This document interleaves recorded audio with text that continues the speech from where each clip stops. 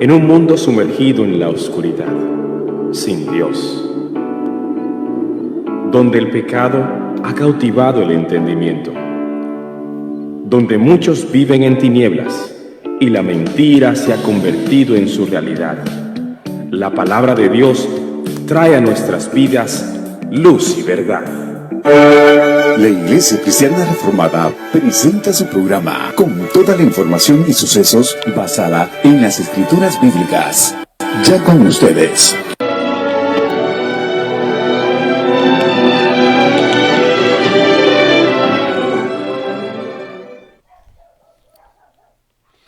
Muy buenas, amados hermanos, en esta hermosa tarde, noche. Damos la bienvenida a todos los que se van a conectar hoy, los que andan caminando en las redes sociales ahí y se encuentran con esta transmisión. Damos gracias a Dios de veras por podernos encontrar nuevamente. Hoy vamos a dar el tema del domingo, vamos a ampliarlo un poquito. Vamos a hablar del bautismo de Juan y el bautismo de Jesús. Realmente hay muchos cristianos que tienen toda una confusión y creen que el bautismo de Juan es el mismo bautismo de Jesús. El bautismo en agua, es más, nunca en el Antiguo Testamento como una orden, nunca el bautismo en agua fue practicado. Es muy importante entender que el último profeta que tuvo la historia del Antiguo Testamento no fue Malaquías. Mucha gente cree que Malaquías fue el último. Fue el último en escribir. Recuerden que hubieron 400 años de silencio y fue el último en escribir. Pero hay una gran confusión en cuanto a cuándo empieza el nuevo, cuándo termina el viejo. Y hoy vamos a ver un poquito esto. Vamos a orar para que el Señor nos ilumine, el Señor nos ayude y le ayude a usted también para que el Espíritu a través de la palabra que vamos a enseñar hoy pueda fortalecerlo, enseñarle, clarificarle y poder alabar a Dios con más alegría, porque realmente temas como estos son temas que fueron hechos en beneficio de cada uno de ustedes. Padre, queremos darte gracias en esta mañana, tarde, noche. Pedimos que tú nos dirijas con tu Espíritu, Señor, a través de este estudio que vamos a hacer, que tú nos guardes en completa paz y que tú animes a cada uno de los hermanos a aprender sobre la temática bíblica y sobre temas y tópicos que son importantes en nuestra fe. En el nombre de Jesús oramos. Bueno, hermanos, como dije el domingo, pues vamos a pasar algo de lo que enseñamos el domingo, no todo, pues lógico, pero vamos a hacer una pregunta. Y esta pregunta voy a lanzarla ahí. ¿Cuál cree usted, amado hermano, que fue el profeta más grande del Antiguo Testamento? Bueno, algunos me habían dicho que era Jeremías, otros me dijeron que fue Isaías, otros aún me dijeron que fue Moisés, pero realmente el profeta por excelencia más grande del Antiguo Testamento fue Juan el Bautista. Ahora, ¿por qué yo digo que Juan el Bautista? Porque muchos tenemos la confusión de no entender cuándo es que empieza el nuevo pacto. La verdad es que la historia, el Antiguo Testamento cierra con un libro, pero el Antiguo Testamento no ha terminado. Recuerden que hay 400 años de silencio donde Dios no habla en lo absoluto. Entonces, el profeta más grande del Antiguo Testamento viene a ser Juan el Bautista, porque el nuevo pacto no empieza ni con el nacimiento de Jesús. Muchos teólogos llaman esto entre los tiempos. Por esta razón, amado hermano, el profeta más grande del Antiguo Testamento, el más alto, fue Juan el Bautista. ¿Por qué? Porque el Nuevo Testamento o el Nuevo Pacto empieza más o menos empieza a funcionar en la muerte de Jesús. Ahí se sella, ahí se cumple, los tiempos finales hasta ahí llegaron, ya el tiempo final llegó en la muerte de Jesús, resurrección y ascensión, y entonces de ahí en adelante se empieza a hablar del nuevo pacto. El problema es que tenemos los evangelios contienen y contemplan parte de ese Antiguo Testamento que es todo el nacimiento de Juan, el nacimiento de Jesús y aún su ministerio. El pacto arranca exactamente. Ahora, vea qué interesante lo que Mateo capítulo 11, versículo 11 nos dice. Y esto lo habla Jesús. De cierto os digo, entre los que nacen de mujer, no ha surgido nadie mayor que Juan el Bautista. Esto es lo que Jesús dice. Y es el último profeta realmente al estilo antiguo testamentario. Estos 400 años de silencio no dicen que ahí terminó el pacto antiguo. El pacto antiguo termina en las postrimerías de la muerte de Jesús. Ahora, en las escrituras encontramos el bautismo por primera vez cuando Juan el Bautista entra en la escena. Habíamos dicho que en la antigüedad, en el Antiguo Testamento, no se bautizaba en agua. Era la circuncisión lo que funcionaba. Ahora, los 4 relatos del Evangelio, los 4 relatos evangélicos, se nos dan ciertos datos del ministerio de Juan. Pero quizás Lucas, por excelencia, proporciona una mirada excelente hacia la vida de Juan. Quiero que saquen Lucas capítulo 3, versículo 1. Lucas 3. Dice Lucas 3:1. Era el año 15 del imperio de Tiberio César. Poncio Pilato era entonces gobernador de Judea. Herodes era tetrarca de Galilea. Su hermano Felipe era tetrarca de Iturea y de la provincia de Traconite. Y Lisanias era tetrarca de Abilinia. Anás y Caifás eran sumos sacerdotes. En esos días Dios le habló a Juan, hijo de Zacarías, en el desierto. Juan fue entonces por toda la región cercana al Jordán y predicaba el bautismo del arrepentimiento para perdón de los pecados. Y tal como está escrito en el libro del profeta Isaías, una voz que clama en el desierto, preparen el camino del Señor y enderecen sus sendas. Todo valle será rellenado, todo monte y colina serán niveladas, los caminos torcidos serán enderezados, las sendas dispares serán allanadas. Todo verán y todos verán la salvación de Dios, dice el texto de Lucas. Ahora, hermanos, la venida de Juan el Bautista fue entendida en el contexto de la profecía de Isaías. Juan el Bautista no aparece de pronto. Juan el Bautista era ya anunciado como un gran heraldo del Mesías para preparar el camino y la llegada del Señor.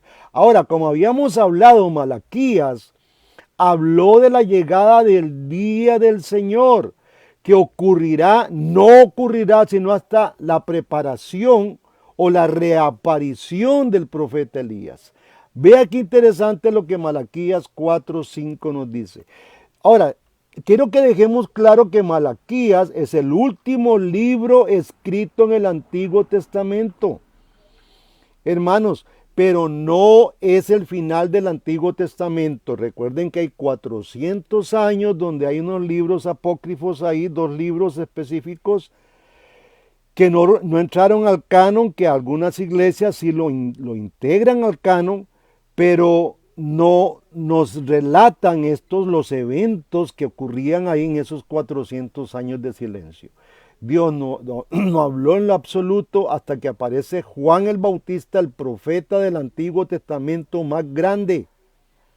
Eso tengámoslo claro, hermanos. Malaquías 4:5 dice: He aquí yo os envío a Elías el profeta antes que venga el día. Y vea cómo lo declara Malaquías: antes que venga el día de Jehová, grande y terrible.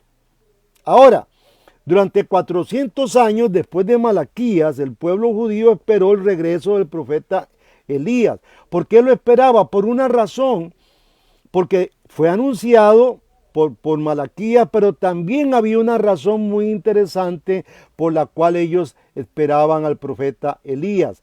En Segunda de Reyes 2:11 tenemos el evento que todo el mundo conoce, el evento de que Elías fue llevado en un carro. Dice, y aconteció que yendo ellos y hablando, he aquí apareció un carro de fuego, con caballos de fuego que apartó a los dos, y Elías subió al cielo en un torbellino. Hermano, fue tan así, fue tan esperado ese Elías, no solamente porque estaba anunciado en Malaquías, sino porque se había ido de una forma estrepitosa. Elías había ido en un carro de fuego. Fue algo maravilloso esto que el pueblo de Israel, siendo el profeta, según ellos, más grande, esperaba su regreso. Ahora, en esos 400 años, hermanos, ocurren cosas interesantes. Se forma el Talmud. El Talmud no es palabra de Dios, quiero que lo tengan muy claro. Hoy muchas iglesias que son judaizantes o mesiánicas están usando el Talmud creyendo que usan la Torá. No, el Talmud fue un conjunto de reglas que los judíos en esos 400 años de silencio donde no había una orientación de Dios, ellos empezaron a poner reglas y empezaron a poner un sinfín de prácticas. Vimos cómo el divorcio, habíamos hablado en otra ocasión cómo el divorcio ellos lo empezaron a practicar mal, no por las reglas que dio Moisés, y Jesús viene aclarándoles eso porque hubo todo como le dijera, todo un descontrol, toda una desorientación en estos 400 años de silencio. Esto fue tan así, hermanos, que imagínense que cuando los judíos celebraban la Pascua, dejaban un lugar ahí, un sillón, esperando a Elías, para que Elías se sentara, porque podría ser que en esa Pascua Elías iba a aparecer. Esa era una práctica judía, talmúdica. Ahora, cuando Juan comenzó a captar la atención en esta predicación que él tenía, vamos a tratar de ver cómo es que Juan capta la atención. Quiero hablarles un poquito de Juan fuera del contexto bíblico, porque tuvimos que ir a la historia. Y resulta que Juan fue partícipe de los esenios, que eran grupos que estaban estaban en el desierto, y también del grupo del Qumran. El Qumran eran asociaciones o comunidades que se alejaban de toda esta enredo que los fariseos estaban haciendo, que eran los sacerdotes de aquel tiempo.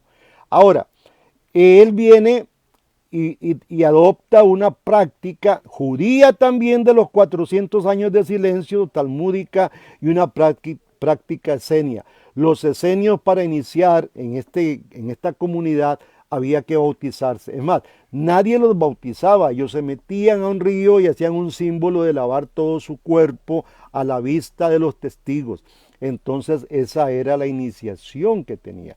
Ahora, cuando Juan aparece en el panorama, Primera de San Juan 1:19 nos enseña algo interesante. Dice Primera de San Juan 1:19, los judíos enviaron desde Jerusalén sacerdotes y levitas para que les preguntaras, ¿tú quién eres? Óigame, los sacerdotes y levitas, que eran las religiones y sectas de esa época, estaban tratando de entender a través de las escrituras si era este Elías, si era este el Mesías, no sé, pero sí le vemos un carácter de profeta, más o menos así dijeron.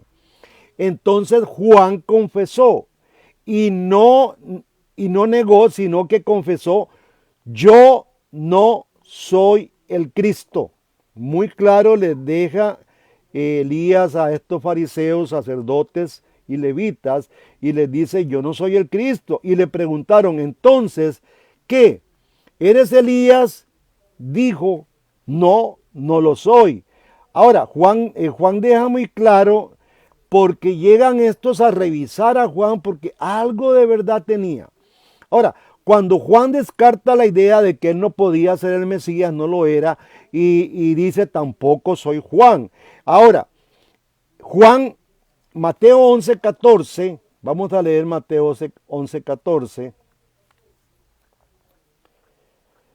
Fue una anunciación de un ángel que dijo en Mateo 14, lo precederá con el espíritu y el poder de Elías. Más tarde Jesús, en el capítulo 17 de Mateo, versículo 12, dice estas palabras interesantes, apúntelas o escríbalas, o busquen la Biblia. Dice Mateo 17:12, mas os digo que Elías ya vino. Esto es una confesión de Jesús. Y no le conocieron, sino que hicieron de él todo lo que quisieron. Así también el Hijo del Hombre padecerá de ellos. Entonces los discípulos entendieron que les había hablado de Juan el Bautista. Hay un problema serio con muchas iglesias que leen muy literalmente. Óigame, leer literalmente la Biblia es como comer con un cuchillo muy filoso. Es peligroso, hermanos.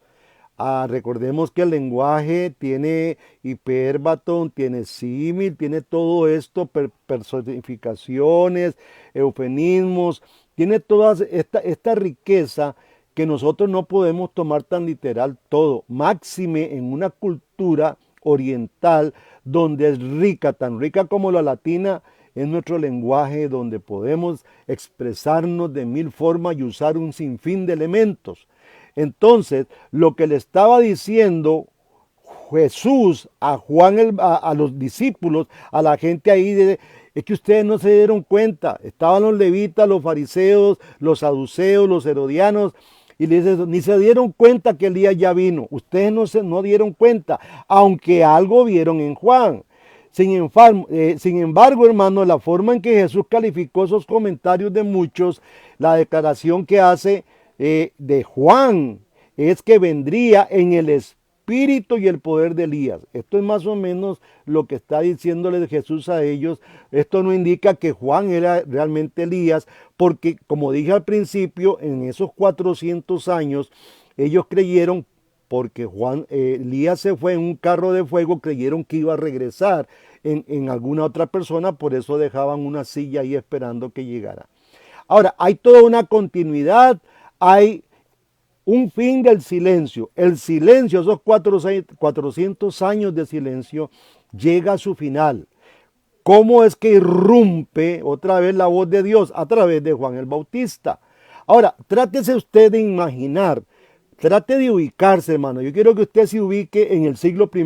Usted es un ciudadano que vive en el siglo I, que tiene toda esa experiencia de 400 años donde Dios no habló una sola palabra, la gente anda desorbitada, desorientada, cada quien piensa lo que le da la gana, muy parecido a lo que hoy está ocurriendo.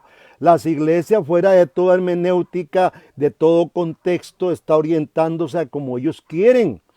Salen profetas, salen apóstoles, salen un sinfín de personajes que Dios les ha hablado cuando realmente usted y yo sabemos que tenemos un libro que es la voz de Dios. Ahora, imagínese usted en el primer siglo, de pronto pareciera que todos están hablando de la aparición de un hombre de Dios. Hay un silencio rotundo y de un pronto a otro se oye el murmullo y el alboroto de que alguien está hablando en nombre de Dios. ¿Qué haría usted, hermano? ¿Qué haría usted si esto ocurre? Bueno, todo el mundo fue a ver qué era lo que estaba pasando. En los relatos del Antiguo Testamento pareciera que hay un profeta detrás de cada piedra. Ahora, si usted retrocede años atrás, muchos años atrás, había una abundancia de profetas a granel. Recuerde que la Biblia tiene, de David para acá, de la división del reino, tiene 12 profetas. Hay 12 profetas, hay 4 profetas mayores que son Isaías, Jeremías, Ezequiel y Daniel, que le llamamos los profetas mayores, y 12 profetas menores. Y ahora, más atrás había una gran cantidad de profetas. Israel estaba plagado de profetas, la voz de Dios estaba a través del profeta por todos lados hablando, anunciándoles las maravillas de Dios, también llamando a cuenta a su pueblo. Ahora, de un pronto a otro, 400 años desaparecen, no aparece un profeta, no existe absolutamente nada. Las iglesias están desorientadas, inventan sus montones de cosas como hoy se están inventando. Ubiquémonos ahí, pero de un pronto a otro aparece alguien hablando.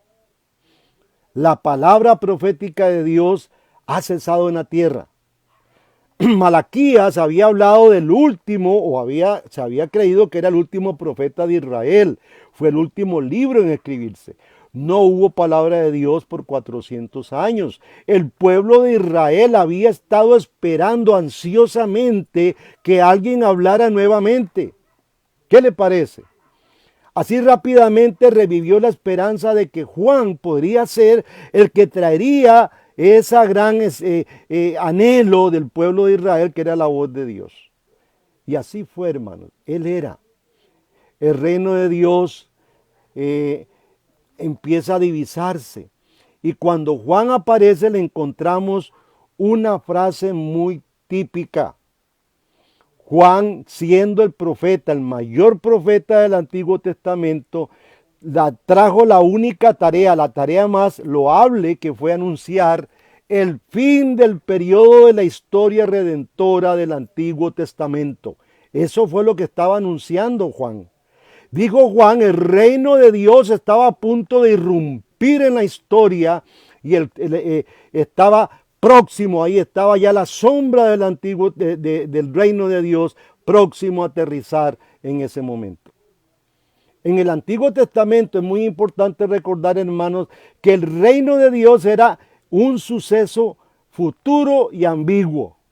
Pero Juan comenzó su mensaje con una radical nota de urgencia. Era urgente lo que él decía. Él clamaba, arrepiéntanse porque el reino de los cielos se ha acercado. Era urgente. Tienen que hacerlo ya, arrepiéntanse.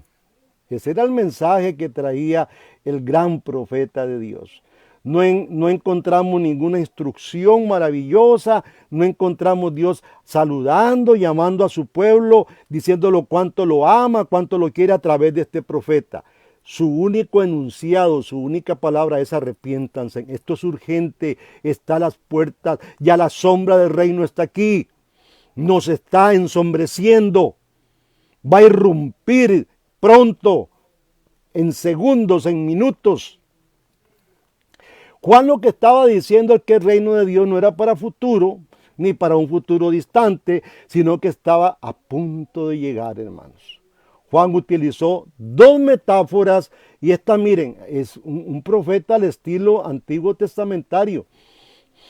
Si usted lee a Ageo, lee a todos estos profetas menores, usted va a encontrar una dirección de juicio y de urgencia. Estas metáforas que usa Juan, vamos a ir a Mateo capítulo 3, versículo 10, porque ahí está la primera metáfora. Es el anuncio que hace Juan urgente. Dice Juan, capítulo 3 de Mateo, versículo 10, y ya también el hacha está puesta a la raíz de los árboles. Por tanto, todo árbol que no da buen fruto es cortado y echado en el fuego. La primera metáfora que da Pablo, mire, le dice, ya el hacha no es que la van a traer, no es que viene un hacha, no, ya está ahí, está lista para cortar el corazón de un árbol. Esto es lo que está hablando. No era que un leñador había intentado ir al bosque, andaba buscando, no, ya la hacha estaba ahí, era urgente. Más bien el leñador ya había cortado hasta el corazón mismo del árbol. Juan estaba diciendo, hermanos, que con un hacha, que el hacha está ya en el árbol. ¿Podían creerlo? Ahora, la segunda gran metáfora está en el versículo 12, ahí mismo en Mateo 3, versículo 12. Dice, su aventador está en su mano y limpiará su era y recogerá su trigo en el granero y quemará la paja en el fuego que nunca se apagará. Un aventador es un bieldo, tal vez quedamos en las mismas, pero es un tipo asadón, hermanos, que da vueltas y empieza a cortar y dice Su aventador está en la mano y limpiará su era. ¿Saben cómo limpiaba? Se cortaba el trigo, como se cortan los frijoles a veces, y después se busca un palo tipo horqueta, y con esa horqueta uno levanta, y todo lo que es liviano se está seco, el viento se lo lleva, y lo pesado que es el grano vuelve a caer. Esto es lo que está haciendo, este es el anuncio que está haciendo Juan a su pueblo. Mire Israel, mire Judá, ya el hacha está puesta en el árbol. No es que la van a traer, ni es que el aventador, ni es que el aventador lo van a ir a buscarlo. No, está en la mano, listo para empezar a cortar y también a limpiar la era. ¿Qué le parece, hermanos? Este es el gran mensaje de Dios. Dos grandes metáforas que Juan trae para que podamos nosotros entender que es el mensaje de Juan. Juan viene entonces limpiando en su mensaje, viene limpiando el lugar. Dice aquí, en lugar de todo esto, de andar el aventador caminando, buscando las herramientas, esto ya está listo. Es el momento, está diciendo Juan en otras palabras, es el momento de separación. Por eso tienen que arrepentirse. Es un momento crítico. Él va a apartar el buen trigo de la paja inútil. Juan estaba diciendo en otras palabras, Israel, tu rey está a punto de llegar. El Mesías está a las puertas. Tú no estás preparado. Hermanos, esto yo lo traigo también a la vida suya. ¿Está usted preparado? Porque la muerte también puede alcanzarlo en cualquier momento a usted. O la venida de Cristo puede ocurrir en cualquier momento.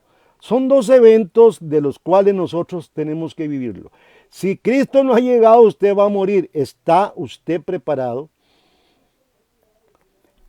El pueblo de Israel había anhelado ese gran Mesías anunciado.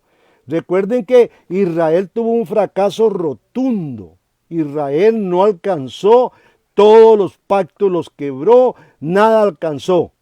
Pero Dios les promete, en medio de todo eso, esa caída a Israel, les promete un hermoso Mesías que vendrá a limpiar, que vendrá a perdonar, que vendrá a morir aún, porque muchos salmos y muchas escrituras en Isaías hablan de esto.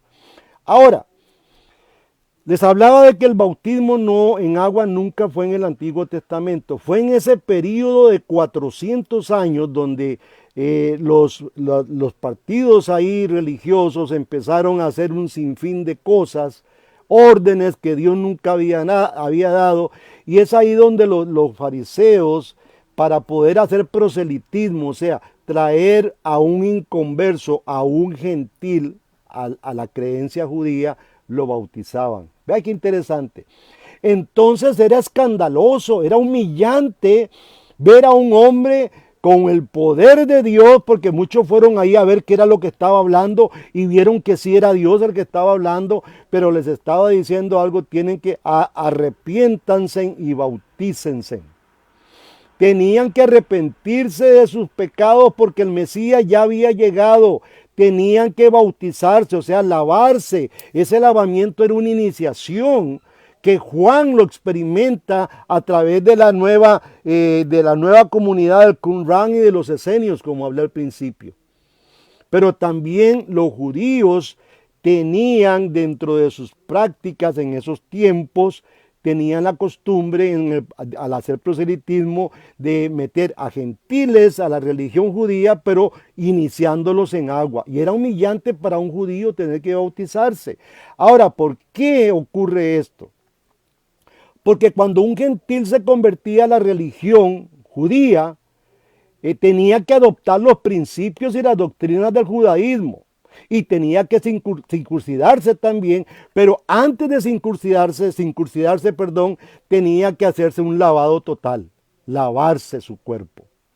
Era una iniciación. Y entonces lo que estaba haciendo Juan el Bautista al pueblo judío es decirle: mire, ustedes son igual que gentiles para Dios, ustedes están muertos para Dios, la única manera de huir del juicio, porque el hacha está puesta y el aventador también está en la mano, es bautizándose, arrepintiéndose de sus pecados, y como símbolo de esto ustedes se van a bautizar.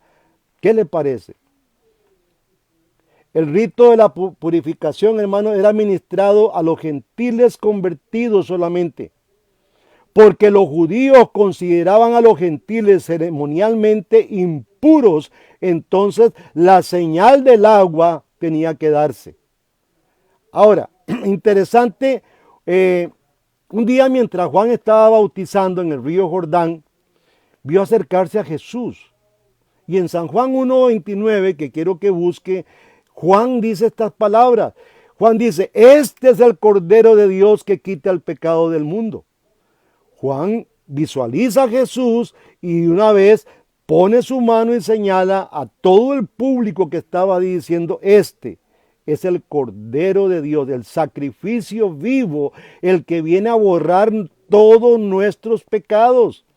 Yo les había dado a ustedes una lección de Levíticos capítulo 16, recuerdan, que había un chivo expiatorio de escape. En ese evento, que era un evento bonito, bellísimo, se soltaba un chivo macho, cabrío, de escape. Se le ponían las manos, se le transferían los pecados y lo dejaban ir al desierto. Léase Levíticos 16, va a ser interesante. Y resulta que en algún momento dado ese chivo se devolvió. Por eso está aquel texto que dice que cuando el espíritu inmundo sale y queda la casa limpia y está arregladita, silba y trae otros piores y se meten. Era ese evento lo que estaba enseñando Jesús. Y es interesante, hermanos. Ahora, Jesús vino y le pidió que lo bautizara. Juan quedó pasmado. Mateo nos dice, en Mateo 3:14, que quiero que busque, dice que Juan se le oponía diciendo, yo necesito ser bautizado por ti y tú vienes a mí, preguntó Juan. El versículo 15 dice algo interesante. Juan decía eso porque sabía que Jesús no tenía pecado. Pero ahora dice Jesús en el versículo 15, por ahora déjalo así, porque conviene que cumplamos toda justicia. Y esto es importante. ¿Por qué se bautizó Jesús? Sería la pregunta. ¿Por qué cree usted que Jesús se bautizó, amados hermanos? ¿Tenía alguna razón para bautizarse? Claro, él dijo, yo no vengo a abrogar ninguna ley, vengo a cumplir todo. Como Mesías, Jesús tenía que someterse a la totalidad de la ley de Dios y a todo el ritual que el pueblo estaba haciendo para que él pueda ser reconocido como uno más dentro de ellos. Para obedecer también perfectamente la ley y para lograr toda justicia. Esa justicia que le sería imputada a dicho pueblo, porque él la iba a imputar.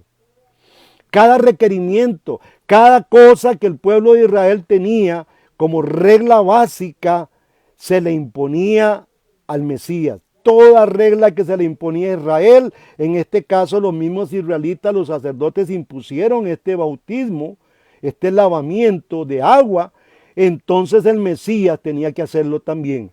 Incluía esto una orden de bautizarse, una orden de iniciación. Y es más, fue tan bella la orden de iniciación que en el momento que Juan bautiza a Jesús para lavamiento, que no tenía que lavarse, hay una voz del cielo inmediatamente. Y todos los que estaban ahí presentes tuvieron que oír esa voz. Ahora, el bautismo de Juan no es equivalente al bautismo del Nuevo Testamento. Eso yo quiero que quede claro. Son similares, sí, en muchos aspectos, pero no son lo mismo. Y esto tal vez es el golpe que muchos cristianos que ni saben cuándo se bautiza qué está ocurriendo, se llevan. El bautismo del Nuevo Testamento va aún más allá de lo que implicaba y simbolizaba el bautismo de Juan. Vea qué interesante, quiero que vaya conmigo a Hechos capítulo 19, versículo 1. Capítulo 19 de Hechos dice, y aconteció que mientras Apolos estaba en Corinto, Pablo, habiendo pasado por las regiones superiores, vino a Éfeso. Y hallando a ciertos discípulos les dijo, ¿recibisteis el Espíritu cuando creísteis? Y ellos dijeron, ni siquiera hemos oído que hay un Espíritu Santo. Entonces les dijeron, ¿en qué pues fuisteis bautizados? Y esto trae mucha claridad, hermanos. Ellos dijeron, en el bautismo de Juan. Entonces en el versículo 4 ocurre algo maravilloso.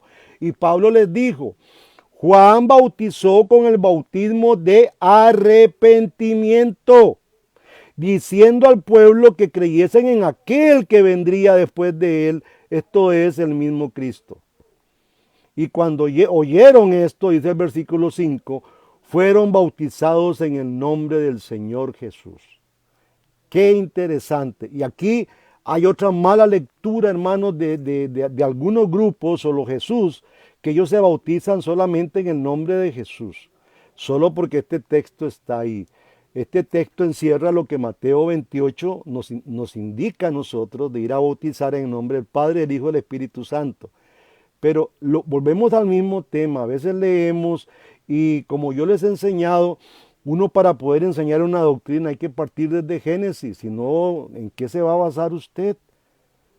Tiene que haber toda una línea histórica sobre X o Y doctrina o tema. Si no, hermanos, partamos de ahí y punto, en lo más mínimo. Ahora, el bautismo de Juan era un ritual preparatorio, y esto es lo que se saca de todo esto, para que el pueblo judío estuviera preparado a la llegada del Mesías. Eso era todo. Así que el significado estaba fundado en el Antiguo Testamento y funcionaba como un puente al sacramento del bautismo del Nuevo Testamento. En esto es que sirve como una plataforma el bautismo. Más tarde Jesús ordena en una forma más profunda y con mayor significación el bautismo. Y no solamente el bautismo, también la Pascua. Él era el cordero que iba a ser sacrificado y entonces él toma los elementos del pan y el vino que no eran parte de la Pascua, sino que era el cordero sacrificado. Recuerden que se comía por familia y esto es muy importante porque a veces nosotros tomamos la Santa Cena y nuestros hijos se nos quedan viendo cómo masticamos nosotros el pan y cómo tomamos el vino y nuestros hijos se quedaron con la boca abierta y por eso nuestros hijos no quieren nada con la iglesia.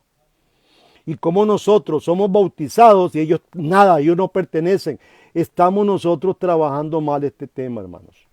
Porque hay unos cabezas calientes por ahí que dicen que no, que el bautismo de Juan es solamente para gente que entiende, como que si un niño no entendiese. Nos quitamos la obligación, y muchos de ellos se quitan la obligación de instruir a un niño desde sus primeros días. Tenemos que instruir al niño desde los primeros días. Ellos son parte del pueblo de Dios. Si no, tendríamos que nosotros, al igual que una religión ahí muy grande, tener un limbo. Porque ¿qué ocurre con los niños? Mire, una presentación, dice que lo presentan y oran por el niño. No, señores, han creado toda esa doctrina equivocada en un título del libro de Lucas. Recuerden que Jesús, cuando fue presentado en el templo, fue circuncidado. Jesús fue circuncidado, amados hermanos. Es que la gente no lee, solamente lee que el título que fue presentado. No, fue que lo circuncidaron a los 8 días y le pusieron por nombre Jesús. Ahora, que eso se parezca a lo que la Iglesia Católica hace, eso ya no es un problema de la Biblia. No, por eso no puedo hacerlo yo. ¿Ok? Vamos a ir a Mateo 28, porque Mateo 28 da un cambio radical.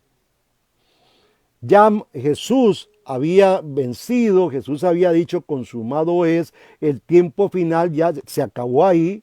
Hermanos, todo esto que estamos viviendo es gracia, pura gracia.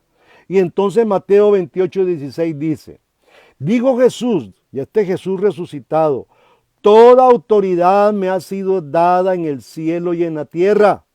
Por tanto, vayan y hagan discípulos en todas las naciones y bautícenlos, no para arrepentimiento, en el nombre del Padre, del Hijo y del Espíritu Santo. Enséñales a cumplir todas las cosas que les he mandado. Ahora, ¿qué ha mandado Jesús? Bueno, está toda la enseñanza apostólica que nos llega a nosotros. Por eso hoy las iglesias, cuando están practicando un sinfín de cosas, tenemos que ir a revisar si están ahí, si los apóstoles en el libro de los Hechos o en alguna carta dieron alguna instrucción. Ayer estaba viendo una iglesia, hermanos, eso parecía un baile eléctrico, todo el mundo brincaba y hacía locuras y se derramó el espíritu, y eso parecía el siaco, parecía qué sé yo, el asilo chapuí, hermanos, dándole a esa locura el atributo del espíritu. Eso es blasfemia, déjeme decirle. Y es bueno ya denunciar. Mucha gente me ha dicho a mí, es que usted solo juzga. No, yo no juzgo, yo denuncio. Ellos ya fueron juzgados. Hay que denunciar esas prácticas porque el que está viendo y el que está oyendo pueda que caiga en eso también, hermanos. Entonces tenemos que denunciar y decir, mire, la Biblia está en contra de esa práctica. Sino qué responsabilidad tendría yo como pastor. Ahora, dice, enseñándoles a cumplir todas las cosas que les he mandado, y yo estaré con ustedes todos los días hasta el fin del mundo. Amén. Ahora, qué interesante, porque Jesús dice, después de resucitar, toda autoridad me ha sido dada en la tierra y en el cielo.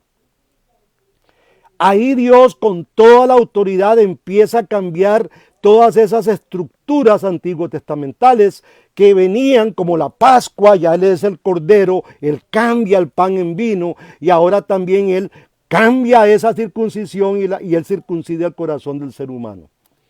Pero como todo en la vida, y hay algo interesante, hermanos, que Dios siempre se ha relacionado con el hombre a través de pactos. Y yo quiero que me escuche por un momento lo que voy a hablar. En el mismo Edén, Dios hizo un pacto, con el pacto famoso, el pacto edémico del Edén, donde había una señal. La señal era un árbol, un fruto, no se puede comer. Habían bendición y había maldición. Maldición si se desobedecía, y esto era muerte, y bendición, que era comer el árbol de la vida. El hombre desgraciadamente comió el árbol del conocimiento del bien y del mal, y como maldición adoptamos la muerte. Por eso todos estamos muertos en nuestros delitos y pecados. ¿Cuál era la señal de ese pacto? El árbol. No más un capítulo más de Génesis, capítulo 3, ocurre el pacto adámico. Interesante, 3:15. Hay una señal en ese pacto. Dios en ese pacto dice que Él va a poner enemistad entre la mujer y la serpiente, y entre la simiente de la mujer y la simiente de la serpiente. Y la simiente de la mujer, va a haber uno, que es la simiente, que va a darle en la cabeza a la simiente de Satanás. Ahora, el único que le dio a Satanás en la cabeza, como decimos en Costa Rica, en la jupa, fue Cristo. Y entonces la señal es la simiente, hermanos. Después viene Noé, hay otro pacto, y pone Dios una señal. Todo pacto tiene una señal. La señal en Génesis 3:15 era la simiente. Y por eso usted en Lucas y en Mateo, en Lucas va a ver la genealogía de Cristo que viene a través de José, y en Mateo a través de María. Interesante que de los dos hijos que nacen, Abel, uno es maldecido y el otro es bendecido, porque hay una sucesión ahí con Set y Enos. Y entonces usted revisa las genealogías, y es bueno, están ahí por eso, toda la genealogía de Cristo, y no hay ninguno de la genealogía de Caín. Es interesante, hermanos. Dios tiene una genealogía de buenos, y por ahí va el asunto. Y tal vez usted nunca se ha detenido, pero le invito a que se detenga a leer todo eso. Y resulta que la simiente que le dio a Satanás fue Jesús. Y ahí está en la genealogía, usted puede probar y dar eso como una realidad. Ahora, Dios prometió a Noé cuando hizo una señal que no volvería a destruir el mundo por medio de un diluvio. Esa fue, y la gran señal fue el arco iris. Ahora, igual ocurrió con Abraham. Con Abraham ocurre otro pacto, lo que llamamos el pacto de gracia. Hay una señal en ese pacto. Recuerden que hay un sacrificio, se parten animales, Génesis capítulo 15 les estoy hablando, se parten animales, Dios ahí dice que pasa en medio de ellos y Dios pasa diciendo, mira Abraham, que me partan a mí si yo no te cumplo lo que te he prometido. Y en el capítulo 17 de Génesis usted va a encontrar cómo Dios dice que Él va a poner mi pacto y voy a hacer mi pacto contigo. Así le dice Dios a Abraham. Es el pacto de Dios. Y hoy encontramos un sinfín de cristianos haciendo pacto con Dios. Es ilusorio, hermano. Es aberrante poder decir esto, pero hay un sinfín y yo oigo, escucho en las emisoras gente haciendo pacto con Dios. Siempre vamos a fallar. Nosotros como pecadores nunca vamos a poder cumplir, pero Dios sí cumple. Y Dios dice Hebreos capítulo 6 que no teniendo nadie más alto que Él por quien jurar, juró por Él mismo. Por eso dice, voy a poner mi pacto entre ti y mí.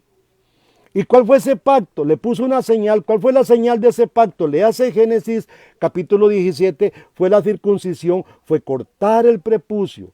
Lo que estaba diciendo Dios al cortar ese prepucio es, te estoy cortando dentro del resto de la humanidad caída y consagrándote como una nación para mí mismo. Eso es, amado hermano, lo que Dios está diciendo con esa señal. La señal es simplemente eso. Y todo judío que se ponía a orinar ahí a la orilla de la calle, el que pasaba dice, mira, ese es un judío, porque tiene el prepucio cortado. Esa es la señal. Pero más adelante Dios en Jeremías capítulo 31, Él dice que Él va a hacer una circuncisión, no en el prepucio, sino en el corazón. Y esto es interesante, hermanos. Al mismo tiempo, hermanos, la señal era un testimonio del pueblo que comunicaba, por así decirlo, estas palabras: oh Dios, si no cumplo con los términos de este pacto, si no soy fiel a ti en esta relación de pacto, yo soy cortado de todos los beneficios y las promesas de ese pacto. Ahora entiende por qué era urgente para Israel. Era urgente, como cuando alguien tiene un cáncer, hay que salir corriendo a que le extirpen ese cáncer. Era urgente que se arrepintiera porque iban a ser cortados si no se arrepentían. Hermanos, Dios dando una oportunidad a este pueblo, pero no fue así. Usted conoce la historia del año 70, fueron unos cuantos fieles que siguieron a Jesús.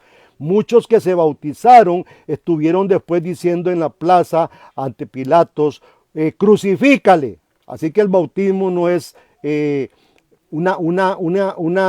¿cómo le dijera? En el bautismo a usted no se le está imputando la justicia. En el bautismo de Juan no se está imputando la justicia. El bautismo no es para salvación y eso hay que tenerlo muy claro. Ahora, ¿cómo es que esta circuncisión toma otra forma? Cristo mismo da la orden. Los apóstoles tuvieron que haber sido instruidos por Jesús y Pablo dichosamente nos da una bendición grande. Tal como la circuncisión era una señal en el antiguo pacto, ahora el bautismo viene a ser una señal del nuevo pacto. Pero ¿cuál bautismo? Vea qué interesante lo que dice Colosenses. Colosenses capítulo 2 y búsquelo, hermanos. Porque Colosenses 2 ya muestra, no era el bautismo de Juan, que era para arrepentimiento, y muchas iglesias siguen bautizándose para arrepentimiento. Desafortunadamente no es así, hermano, amado hermano. Dice Colosenses 2:9. Y esto es maravilloso. Yo cada vez que leo esto se me infla el pecho, hermano. Dice, porque en él habita corporalmente toda la plenitud de la deidad.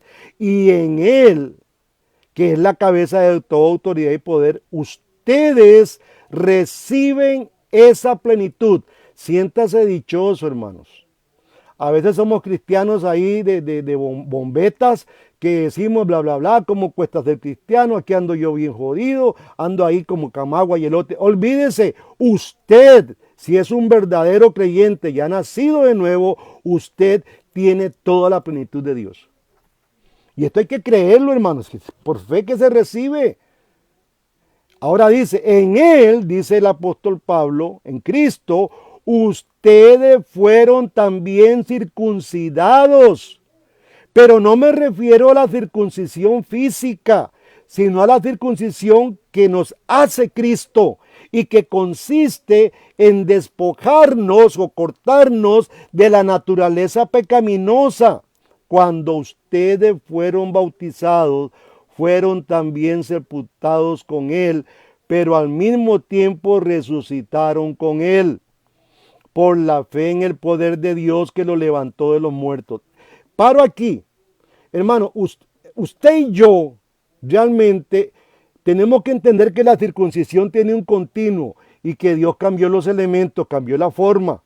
Dios circuncida, nos separa, nos separa de este mundo, nos limpia, nos perdona y hace el símbolo o la señal del bautismo.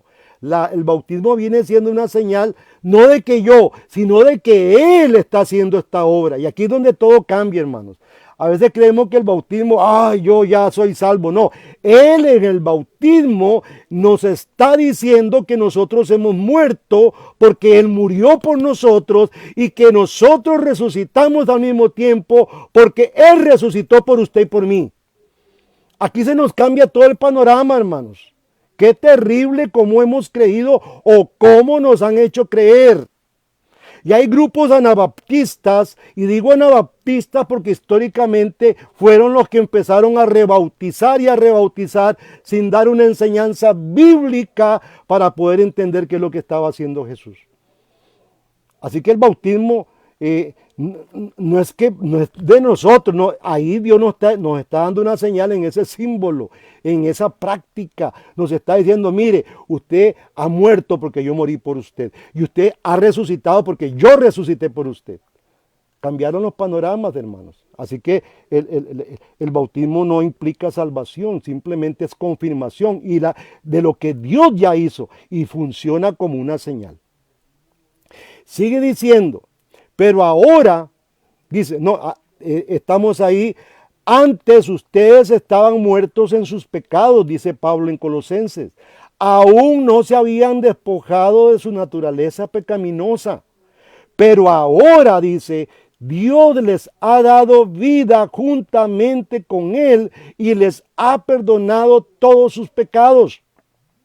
Ha anulado el acta de los decretos que había en contra de nosotros. Esa acta que estaba en Génesis capítulo 3, versículo 15 casualmente. Capítulo 3, versículo 2, muerte, maldición. No teníamos esperanza en el mundo. Ni usted ni los judíos. Lo que pasa es que Dios empezó un plan con los judíos porque ellos tenían una misión de dar a conocer al mundo quién era Dios. Fracasaron en esa tarea y hoy muchas iglesias estamos fracasando en la tarea de mostrar al mundo la verdad de Dios, dar testimonio de que Dios es verdadero. Pero jugamos de cristianuchos. Nos hacemos muy cristianos porque cantamos 3, 4 cantos y todos los días alabamos a Dios. Hay que hacer la obra misionera que Jesús nos mandó a hacer, enseñando, dar a las viudas, dar a los pobres, e instruir a nuestros hijos. Hermanos, las familias están destruidas porque la psicología y lo que el mundo dice es lo que hemos creído y lo que hemos aplicado. No, señores, tenemos una tarea de instruir y enseñar a Dios a nuestros pequeñitos. Ellos son parte de este pueblo porque usted lo es. ¿Qué le parece? Pedro dijo en Hechos capítulo 12, 2, porque la promesa es para ustedes y para vuestros hijos de la promesa. Y para todos cuanto Dios el Señor llamare. Así que, hermanos, no podemos dejar por fuera a los niños. Ahora la pregunta que siempre se hace, entonces, ¿a quién se le aplica el bautismo? Somos a veces tan rigurosos que tenemos que decir, no, entonces si usted cree en el bautismo de Juan, tiene que ser a los 30 años que se bautice. Y dicen, es que un niño no se puede arrepentir, es que el bautismo no es símbolo de arrepentimiento, no es el de Juan. Simplemente está diciendo, ustedes han muerto y yo los he resucitado. Y ahí va mi familia en cuenta. Si no, apunte 1 Corintios 7 y léaselo todo. Porque no tengo tiempo para poderlo hablar aquí. Léaselo todo, hermanos. Aún La mujer que tiene un marido que no es cristiano, dice Pablo, esa mujer está santificando a su marido. De lo contrario, vuestros hijos fueran unos paganos. Eso es lo que Dios dice, porque la promesa está funcionando. Y si usted de pequeñito a un niño le empieza a instruir, va a llegar el momento en que ese niño va a nacer de nuevo. ¿Cómo es que si usted le está echando la buena bendición a un niño, que es la palabra, y la está abonando con la palabra, este niño no vaya a dar un fruto, hermanos? Dios no sirve entonces, la palabra de Dios no sirve. Pero sí es verdad, el problema es que nosotros fallamos no instruyendo a nuestros hijos. Y aquí tenemos un sinfín, y aún la iglesia es cómplice a veces porque no incluye a los niños en todo el plan de la iglesia. Los tiene ahí para que jueguen, vaya, entreténgalos. No, los niños tienen que aprender la Biblia, tienen que ser parte de los sacramentos también. Ellos tienen que empoderarse de esto. Nosotros como papá tenemos que llevarlos ahí. Pero ahí creemos más a veces en lo que las iglesias, al igual que ocurría en los 400 años de silencio, que todo el mundo empezó a decir Perico los Palotes, hoy mucha gente está diciendo Perico los Palotes y les creemos a Perico los Palotes. Hermano, no es así. Dice además que esa carta de los decretos que había en contra de nosotros y que nos era adversa, dice Pablo, la quitó de en medio y la clavó en la cruz. Ahí acabó todo para usted y para mí. Desarmó además a los poderes y a las potestades y los exhibió públicamente al triunfar sobre ellos en la cruz. Usted ya es más que un vencedor, amado hermano. Por ahí seguimos. Ay, que el diablo me está. Sí, él va a estar ahí atormentando, pero usted está por encima de él. Usted está sobre él, porque el poder de Cristo está en usted, hermanos. Aquí Pablo le dice a los creyentes que han recibido el bautismo en el Nuevo Testamento que aquellos que han nacido de nuevo han recibido una circuncisión interior. Eso es lo que está diciendo, como señal, hermanos. Ahora, mire, a veces hacemos del bautismo un ídolo, por decirlo así, para no poner otra palabra, que el bautismo, ya usted está en el cielo. Mira, hay muchos que se han bautizado y andan ahí en las cantinas y andan en la calle haciendo desastre. Así que el bautismo es una señal para el que tiene fe, es una señal para aquella persona o aquella familia que ha creído en Jesucristo. Hay que circuncidar. ¿Cuál es la circuncisión? El bautismo. ¿A quién se le pone? Al que se arrepiente. No, es una promesa, es una señal, así como Dios dijo en el diluvio. Esa señal del arco iris es una promesa de que yo no voy a volver a hacer juicio. Y creemos en ese arco iris. Cada vez que yo lo veo, creo que no va a haber juicio. Ahora hay un arco iris hecho por hombres que sí va a traer juicio. Ese es otro rollo, como dicen por ahí. Ahora, hermanos, la circuncisión y el bautismo, ambas señales, que son señales, tienen relación con los beneficios de la salvación que Dios lleva a cabo en la vida de los que creen, de los que han nacido de nuevo. Por tanto, la circuncisión como bautismo significan las promesas de Dios. Esa es la gran significancia. Y en ambos señales es Dios quien instituye la señal, no es el hombre. ¿Qué le parece? ¿Usted cree que yo como pastor nunca dejo a ningún niño por fuera? Tenemos Santa Cena, los niños son bienvenidos. El Señor los está invitando a la cena del Señor. Él es el papá de ellos, es el padre de ellos. El bautismo, amados hermanos, es la señal de estar en Cristo y no en el reino de las tinieblas. De lo contrario, sus hijos estarían en el reino de las tinieblas todavía si usted no le aplica a sus hijos el bautismo que Dios manda. Es simple. Al igual que la señal de la circuncisión en el Antiguo Testamento, el bautismo es una señal de que las personas están en una relación pactual con Dios. Mis hijos tienen una relación con Dios también, no solo yo. ¿A quién le va a creer usted, hermanos? Y es que ¿sabe por qué muchas iglesias no bautizan? Porque no se quieren parecer a los católicos. Déjeme decirle que el católico bautiza por otras razones. Y no es esta razón bíblica. Ellos bautizan por otras razones, porque tienen otras creencias, creen que los niños no pueden ir al limbo, entonces tratan de bautizarlos para que no vayan ahí. Ahora, hermano, la circuncisión era la señal externa del pacto, que significaba una relación redentora para todos los que por la fe estaban conectados con Dios. Lo mismo se puede decir de la señal del Nuevo Testamento. Es una señal de aquellos que están conectados con Dios. Mis hijos, aunque no se han arrepentido, como muchos dicen que esa es la regla, no, esa es la regla del bautismo de Juan. Es el bautismo del arrepentimiento. Ahora es un pacto y en el pacto entran mis hijos. Recuerda la Pascua está en el libro de Éxodo. Cuando Dios instituye la Pascua antes de la salida de Egipto, que esto es muy interesante, antes de algo nuevo Dios hace todo esto, pone la Santa Cena, pone la circuncisión. Antes de algo nuevo, entonces, había instrucciones específicas de Dios de que la Pascua se tenía que comer por familias. Y yo me imagino a un chiquito ahí dándole un pedazo de carne para que chupe, como hacemos nosotros hoy en día, que le damos para que pueda extraer toda la riqueza, el niño, de esa carne. Era por familia. Y ahora, no me diga a mí usted ni me venga con los cuentos que en la familia no hay niños. En toda familia hay niños. Y los niños tenían que comer o chupar de alguna forma. Como digo yo, siempre se chupan el hueso, por lo menos, del pollo o del cordero. Ahora, otro punto principal, aparte de que era una señal externa, es que también es una señal de confesión sobre nuestra regeneración. Usted cuando confiesa, usted está ya regenerándose, hermanos. Y eso es muy importante. No es aquella confesión que decimos para salir del paso, o no, Dios, usted conoce mis pecados. No, confiéselos, porque al confesarlos usted tiene que confrontarse con usted mismo de lo que usted ha hecho y de lo que su familia ha hecho. Y ahí empieza ya una regeneración.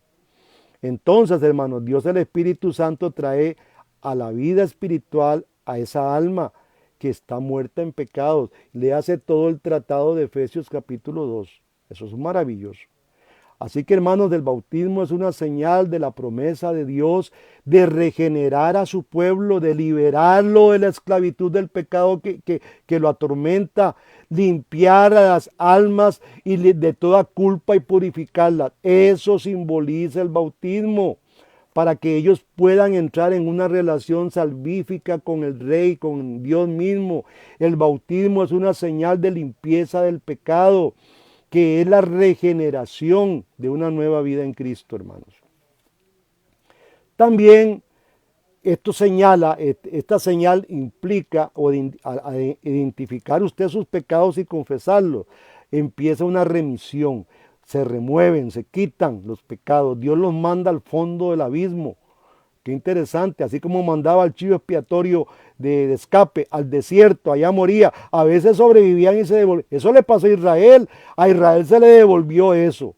Y ese es el gran texto que estamos hablando. Y hermanos, esa remisión de pecados, es la famosa justificación de Dios. Cristo, que es la justificación de nosotros, Él es la justificación de nosotros. Cuando Dios nos justifica, nos declara justos porque ha habido una remisión de pecados, hermano. ¿Qué le parece? Esa es la obra que Cristo ha hecho en usted, qué maravilloso. Y aquí andamos jugando de cristianitos a veces, ni nos acercamos a una iglesia porque decimos, ¿qué es la iglesia? Yo amo a Dios, no señor. Usted ama a Dios, tiene que amar todo el paquete. Recuerde que el cuerpo de la cabeza, que es Cristo, es la iglesia. No puede amar solo la cabeza, tiene que amar el cuerpo también. Usted lo baña todos los días, usted le echa aceites al cuerpo y se lo losiona todo. Claro que sí, el cuerpo es maravilloso. Ahora, hay un bautismo que es un bautismo en el Espíritu, que en 1923 unos ilusos allá en California hicieron una locura que hasta la fecha tenemos un problema hoy con el bautismo del Espíritu Santo. Mire, el bautismo en agua de Cristo es el mismo bautismo en el Espíritu. ¿Se acuerdan ustedes aquella gente que Pablo en Hechos capítulo 19, que Apolos andaba predicando y andaba bautizando en el bautismo de Juan, del arrepentimiento? Y Pablo pregunta, ¿ustedes allá fueron bautizados en el Espíritu? Ni sabemos qué es eso, dice. Entonces, Pablo, empieza a hacer esto. El bautismo en agua, hermanos, en el Nuevo Testamento, apunta al bautismo del cristiano en el Espíritu Santo. El Espíritu Santo viene a ser ahora la significancia, todos aquellos que han sido cortados, es la señal de que yo estoy para el Señor. Y hermano, mire, a veces nosotros veo para creer, no. Nosotros, si usted como padre hace una buena tarea enseñando a su hijo, déjeme decirle que su hijo va a caminar con Dios. Si no, no tendría sentido el reglamento que hace Pablo por allá. Dice, tienen que estar sujetos los hijos a la familia. Pero resulta que hay un sinfín de pastores que los hijos andan en un desastre. Hasta en cárceles hay hijos de pastores. Y nosotros, ay pobrecitos, algo falló. No leyeron bien la Biblia. Tenían ustedes que instruir a su niño. Y aunque el niño o ya sea un muchacho, hay que instruirlo. Porque usted nunca va a dejar de ser papá. El problema es que hemos consumido todo lo que este mundo nos dice, que ya a los 18 el hijo puede irse y hasta luego. No, usted sigue siendo padre, usted sigue teniendo ante Dios una responsabilidad de aconsejar, de amar, de querer, de cuidar a ese hijo, de instruirlo también en el camino de Dios. Eso, hermanos, no se puede brincar, no se lo brinca, el que se lo brinca está mal. Ahora, es interesante porque en el Antiguo Testamento solamente los profetas tenían el Espíritu. Solamente ellos. Venía el Espíritu, los tomaba y hablaban y después el Espíritu se iba. Esto ocurría así. Ahora, vea qué interesante un ejemplo, un evento que ocurre allá con Moisés y con Josué. Números capítulo 11, 17. Dios le está dando recomendaciones a Moisés y le dice, tomaré de mi espíritu que está en ti, le dice Dios a Moisés, y lo pondré en ellos. ¿Quiénes son ellos? 70 consejeros que se armó Moisés porque no podía con todo el pueblo. Entonces Dios los comisiona. ¿Qué hace Dios? Pone el espíritu. Van para una misión, Dios pone el espíritu sobre ellos. Del espíritu que hay en ti, Moisés, yo voy a darle a ellos también. Y ellos sobrellevarán, dice contigo la carga del pueblo, y ya no la llevarás tú solo. Ahora, más adelante Dios dota a esto. En el versículo 19 de ese mismo libro de Números ocurre un evento terrible. Moisés le dijo a Josué, ¿acaso tienes celos por mí? Dice Moisés. ¿Cómo quisiera, dice Moisés, yo que todo el pueblo del Señor fuera profeta? O sea, que todo el pueblo tuviera el Espíritu. ¿Cómo quisiera que el Señor pusiera su Espíritu sobre ellos? Esta fue un gran anhelo de Moisés, porque estaba contrariándolo Josué. Y más tarde, hermano, ese sueño de Moisés, de que él quería que el Señor pusiera el Espíritu sobre todos ellos, sobre todo el pueblo, eso se acrecienta, la esperanza empieza a revivir. En Joel 2:28 dice el Señor, después de esto derramaré mi Espíritu sobre la humanidad entera, y hablando del pueblo de Israel, y los hijos y las hijas de ustedes profetizarán, los ancianos tendrán sueños y los jóvenes recibirán visiones. En aquellos días también sobre los siervos y las siervas derramaré mi espíritu. Vea cómo Dios ya va diciendo que va a suceder. Pero ese momento llega, hermanos. Llega el momento especial en Hechos capítulo 2, versículo 16, y dice, mas esto es lo que dice Lucas, porque Lucas escribió el libro de los Hechos, mas esto es lo que fue dicho por el profeta Joel. Y será que en los postreros días, dice Dios, derramaré mi espíritu sobre toda carne, y vuestros hijos y vuestras hijas profetizarán, y vuestros jóvenes verán visiones, y vuestros ancianos soñarán sueños. Y no solamente fue derramado sobre Judea, que era la promesa, fue derramado sobre Samaria. Hechos capítulo 8, versículo 14. Dice, y los apóstoles que estaban en Jerusalén, habiendo oído que Samaria había recibido la palabra de Dios, que fue Felipe, que fue a predicar ahí, les enviaron a Pedro y a Juan, quienes habiendo descendido, oraron por ellos para que recibiesen el Espíritu Santo, porque aún no había descendido sobre ninguno de ellos, sino que solamente habían sido bautizados en el nombre del Señor Jesús. Entonces les impusieron las manos y recibieron el Espíritu Santo. Qué interesante. El bautismo es todo un paquete, hermanos. El plan de Dios no es bautizarse en agua y después que lo llene el Espíritu. Es todo un paquete. Y aquí vemos todo ese ordenamiento, primeramente en Jerusalén, Judea, Samaria y hasta lo último de la tierra. Ese es el plan de Dios. Y así Dios lo fue creando y lo fue conduciendo perfectamente. Ahora, el bautismo en agua es una señal del bautismo en el Espíritu. Es lo mismo. El bautismo del Nuevo Testamento es una señal de nuestra muerte y resurrección con Cristo. ¿Para qué? Morimos y resucitamos. ¿Quién nos da la vida, hermanos? El que imputa la vida en un creyente es el Espíritu Santo. Ese neuma, ese ruá, como dicen los hebreos. Ese neuma, como dicen los griegos, que viene a alentar nuestra vida. Esto es todo lo que ocurrió. Romanos 6:3, ya casi terminamos, hermanos, no se preocupen. Romanos 6:3 dice, esto lo dice Pablo, o no sabéis que todos los que hemos sido bautizados en Cristo Jesús, hemos sido bautizados en su muerte. Pablo les recuerda a los romanos que han sido bautizados, iniciados en la muerte. Hemos tenido que ir a la cruz a crucificar nuestra carne también y estamos en ese proceso de mortificación, hermanos. Versículo 4. Porque somos sepultados con él en la muerte por el bautismo, para que como Cristo resucitó de los muertos por la gloria del Padre, así también nosotros andemos en novedad de vida. Andamos en el Espíritu ahora. ¿Por qué? Porque todo es un paquete que se complementa. Ahora, quiero terminar con Romanos capítulo 4. Porque es importante, amado hermano, observar que Pablo habla de la circuncisión a la vez que habla de la circuncisión, habla de señal y habla de la circuncisión como un sello. Por eso los protestantes históricamente hemos usado el mismo lenguaje para bautismo, que es la circuncisión. Y la circuncisión es simplemente, y lo que hace el Espíritu al estar en nosotros es decir, hay un sello, yo estoy y usted está apartado para Dios. Igual a la circuncisión, se corta el prepucio y se aparta una cosa de la otra. Y el bautismo es una señal letal, hermanos.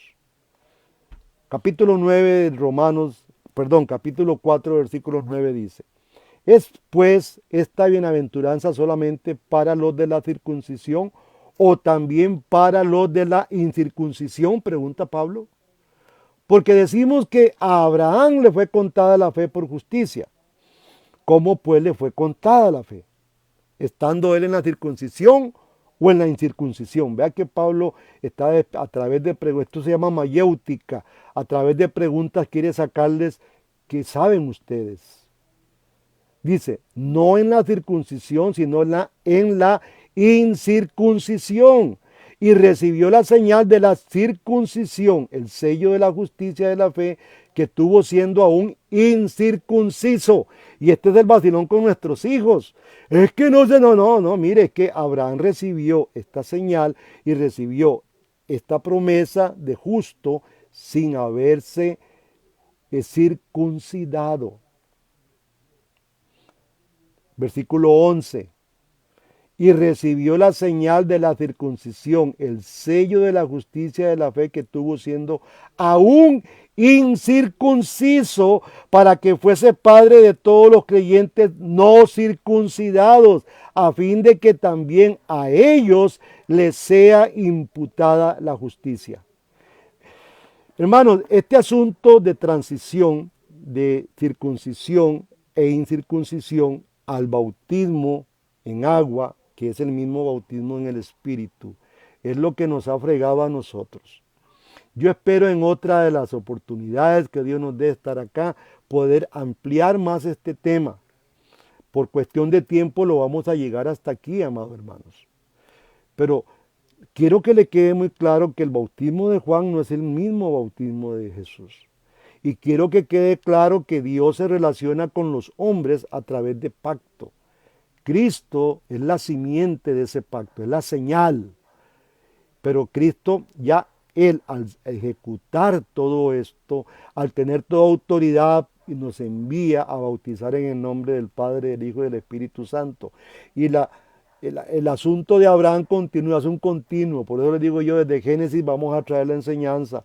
Es un continuo hasta hoy. Así que si los niños recibieron la circuncisión, no podemos nosotros decir ahora que Jesús no lo dijo, que tiene que ser ya adulto, o aplicar la idea de Juan el Bautista de que era un bautismo para arrepentimiento. Recuerden que era urgente. Juan estaba llamando a un pueblo urgentemente a que confesara los pecados y se iniciara a través del bautismo, porque venía el juicio, el hacha estaba puesta y el aventador estaba listo para cosechar el trigo. ¿Qué le parece? Hermanos, que Dios me los bendiga en esta noche. Espero que hayan aprendido algo.